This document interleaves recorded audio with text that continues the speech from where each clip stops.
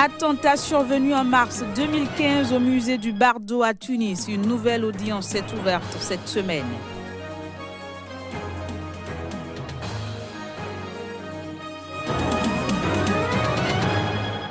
Début du processus de désarmement et démobilisation dans le nord malien, une étape clé vers un retour de stabilité dans la région.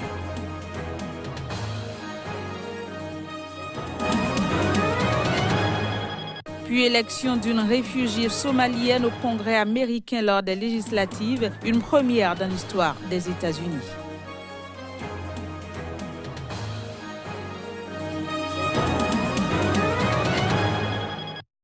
Ravi de vous savoir, nombreux rendez-vous, bienvenue à toutes et à tous. Une nouvelle audience du procès de l'attentat au musée du Bardo à Tunis s'est ouverte.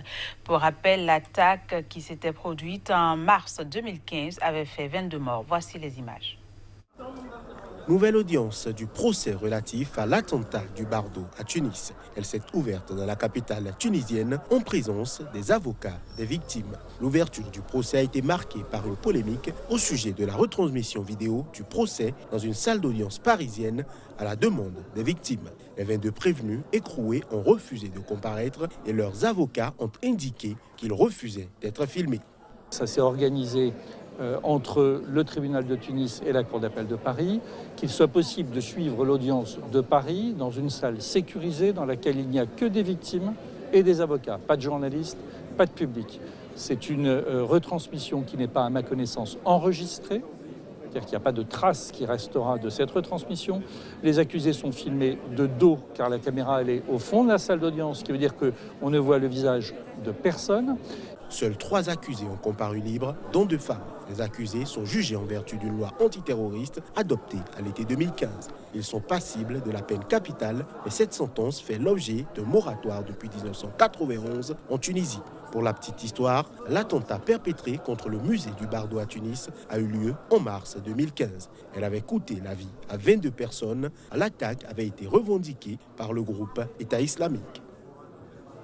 Au Rwanda, l'opposante Diane Rwigara a estimé dans un entretien que son pays s'apparente à une prison dont le gardien serait le parti au pouvoir du président Paul Kagame. Elle a tenu ses propos alors que son procès pour incitation à l'insurrection s'ouvre ce mercredi à Kigali. Reportage. Libérée sous caution début octobre, après avoir passé plus d'1 an en détention provisoire, l'opposante rwandaise Diane Rwigara a estimé dans un entretien que son pays s'apparente à une prison dont le gardien est le parti au pouvoir du président Paul Kagame. L'opposante dont le procès s'ouvre ce mercredi à Kigali est accusée de falsification de documents pour son dossier de candidature à la présidentielle d'août 2017 à laquelle elle n'a pu participer et d'incitation à l'insurrection, des charges passibles de 7 et 15 ans de prison respectivement. Je n'étais pas surprise par mon arrestation. Je m'y attendais un peu avec ce que j'ai fait dans ce pays.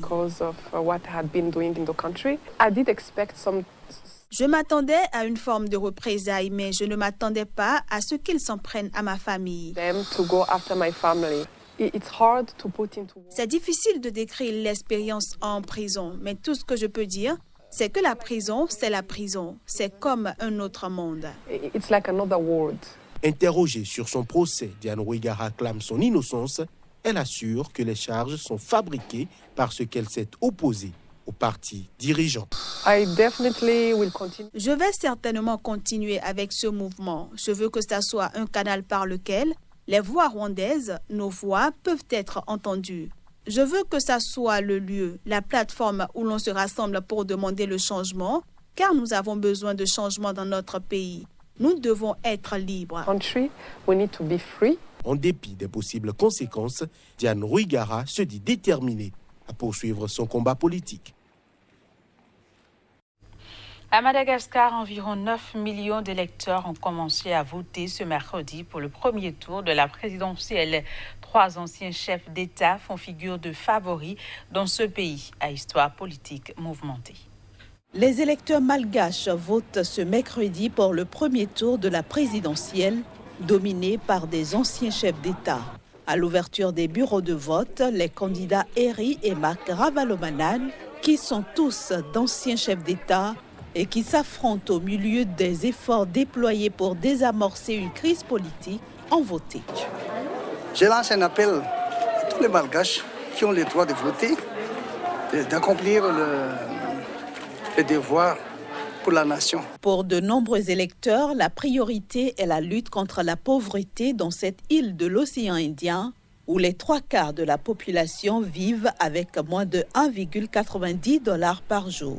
Face aux favoris soutenus par des chaînes de télévision et des radios, les 33 autres candidats ont eu du mal à exister. Si aucun candidat n'obtient 50% des suffrages exprimés, un second tour est prévu le 19 décembre. Les autorités maliennes ont lancé ce mardi à Gao, principale ville du nord du pays, le processus de désarmement, démobilisation et réinsertion. Et ce, en l'absence des combattants des groupes armés signataires de l'accord de paix de 2015. Les précisions dans cet élément. Nouvelle étape importante dans le processus de retour de paix dans le nord malien. Les autorités maliennes ont lancé ce mardi à Gao, principale ville du nord du pays, le processus de désarmement, démobilisation et réinsertion. Étaient présents à la cérémonie des représentants du gouvernement, des groupes armés CMA et plateformes et de la mission de l'ONU MINUSMA. Le processus a toutefois été mis en route en l'absence des combattants des groupes armés signataires de l'accord de paix de 2015. Cet accord entre Bamako et les rébellions à dominante Touareg, dont l'application accumule les retards, prévoit l'inclusion par le processus des combattants des groupes rebelles ou pro-gouvernementaux au sein d'une armée nationale restructurée, plus représentative des populations du Nord en particulier. Le lancement du processus de désarmement, démobilisation et réinsertion est censé constituer une nouvelle étape importante vers le retour de la stabilité dans le nord du Mali, immense pays du Sahel toujours confronté à la menace djihadiste malgré plus de 5 années d'intervention militaire internationale. Avec ce processus, les combattants ont la possibilité de retourner à la vie civile grâce notamment à des programmes de formation professionnelle. Au Cameroun, les autorités ont annoncé la libération des élèves enlevés dans une école protestante de Bamenda par un groupe séparatiste. L'annonce de leur libération a été faite ce mercredi par le ministre de la Communication qui n'a pas précisé dans un premier temps les conditions dans lesquelles cette libération a été obtenue. Les autorités camerounaises ont annoncé ce mercredi matin la libération des enfants enlevés par un groupe séparatiste dans leur école protestante de Bamenda. Cependant, le déroulé des événements, l'identité des ravisseurs et les conditions de libération de ces élèves brièvement kidnappés restaient flous. Un total de 90 élèves ont été enlevés puis libérés dans 2 enlèvements distincts en 5 jours dans le même établissement scolaire de la région du nord-ouest du Cameroun, théâtre de troubles indépendantistes, ont annoncé mercredi l'église presbytérienne du Cameroun et les autorités. Selon les explications d'une source proche de l'établissement, l'information sur ce premier enlèvement avait été tenue confidentielle par l'établissement presbytérien en raison de négociations en cours avec les ravisseurs.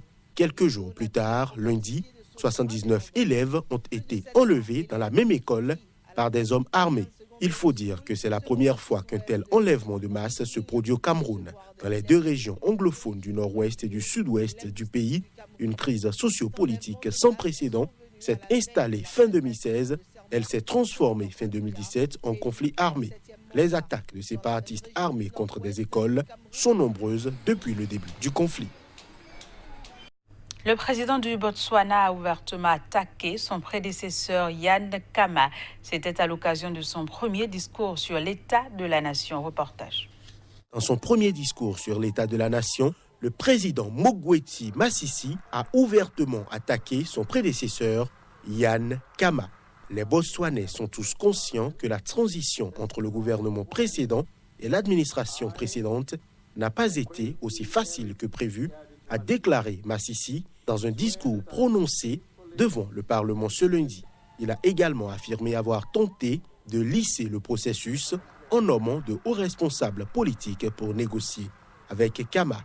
Mais leurs efforts n'ont pas porté leurs fruits, a déclaré Masisi, qui ajoute que les droits à la retraite et la pension de Khama avaient été au cœur des conflits. Le bureau de Khama n'était pas immédiatement disponible pour commenter le discours sur l'état de la nation. Le président Masisi, qui a été désigné par son prédécesseur, a pris le pouvoir en avril lorsqu'Ian Kama s'est retiré après avoir purgé une peine maximale après être resté au pouvoir pendant 10 ans. Le transfert du pouvoir entre les deux hommes a eu lieu 18 mois avant les élections législatives de 2019. 4 partis d'opposition ont déclaré qu'ils pourraient s'unir pour l'élection de 2019 pour tenter de renverser le BPD. Au Brésil, le célèbre juge anticorruption Sergio Moro, futur ministre de la Justice et de la Sécurité publique du gouvernement Bolsonaro, a reconnu certaines divergences avec le président élu d'extrême droite. Il nuance également plusieurs points les plus radicaux de son programme. Lors d'une conférence de presse de près de 2 heures à Curitiba, le célèbre juge anticorruption Sergio Moro, futur ministre de la Justice et de la Sécurité publique du gouvernement Bolsonaro, a reconnu ce mardi certaines divergences avec le président élu d'extrême droite. Sergio Moro a expliqué avoir accepté de rejoindre le gouvernement Bolsonaro, qui prendra ses fonctions en janvier prochain, car en dépit de certaines divergences, il a aussi trouvé d'importants points de convergence avec le président élu, surtout au sujet de la lutte contre la corruption et le crime organisé. Pour ce qui est de la libéralisation du port d'armes, une des promesses de campagne les plus emblématiques de Bolsonaro, le juge a admis qu'il serait incohérent de ne pas aller dans ce sens, considérant la loi actuelle très restrictive, mais il a tenu à apporter des nuances. Il y a une proposition, une discussion sur la flexibilité pour la possession d'armes. Mais il y a une question à discuter quant à la façon dont cela sera accompli. Je lui ai fait part de mon inquiétude au sujet du fait qu'une déréglementation excessive pourrait faciliter l'accès aux armes aux organisations criminelles. Ensuite, il faut penser au nombre d'armes qu'un individu sera autorisé à avoir dans la maison. S'il s'agit d'un chiffre exagéré, il y a un risque que la loi soit détournée de son objectif. Sergio Moro a également manifesté son désaccord quant à l'idée de Bolsonaro de qualifier de terrorisme les occupations foncières par des organisations comme le mouvement des travailleurs ruraux sans terre. Malgré ces divergences, le magistrat a dit avoir pleinement conscience d'être en position de subordonner par rapport au futur chef de l'État. Les résultats des élections législatives américaines qui se sont déroulées ce mardi sont connus. Parmi les nouveaux visages faisant leur entrée au Congrès américain, Ilhan Omar, une réfugiée somalienne qui a remporté le siège de représentante du Minnesota lors des élections de mi-mandat aux États-Unis. Ses premiers mots à l'annonce de sa victoire.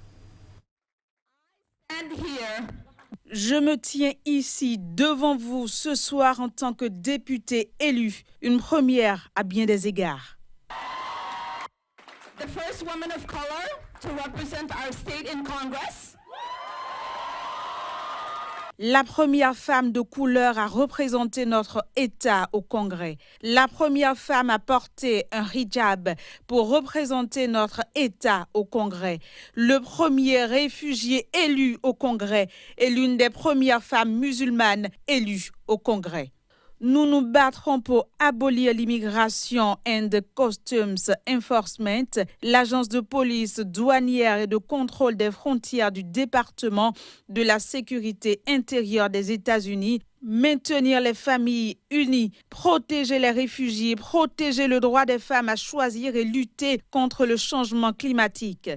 Alors que nous luttons pour protéger nos familles d'immigrants, nos voisins, nos enfants, notre planète, nos communautés, je promets de toujours être à vos côtés. I promise to always have your back. Voilà, ce sera tout pour ce journal. Merci de l'avoir suivi. Au revoir.